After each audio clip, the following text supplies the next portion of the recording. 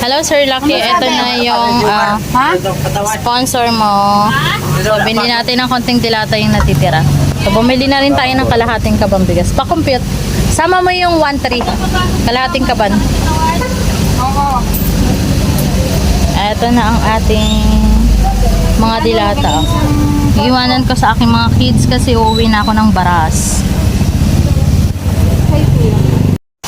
Dito na tayo sa bilihan ng bigas.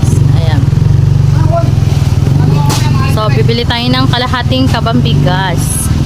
Kasi bawal tayong magutom. Sponsor na Sir Lucky ako kay Kananay Vlog. Bawal magutom ang kanyang secretary.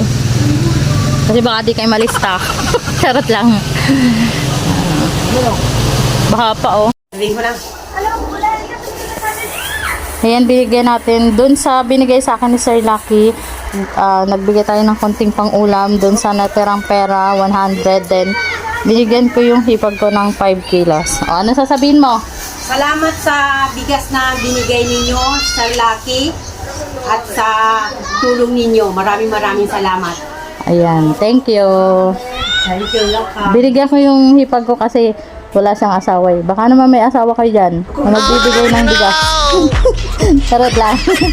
Ayan, ito na yung sponsor sa atin.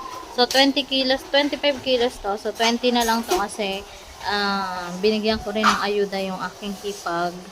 Yan, 5 kilos sa kanya. Tapos ang natira 20 kilos. Tapos ito yung mga dilata. Ayan, thank you. Sir Lucky ako. Nawa ay pagpalain ka pa at marami pang blessing ang dumating sa buhay mo. Thank you so much. Thank you very much.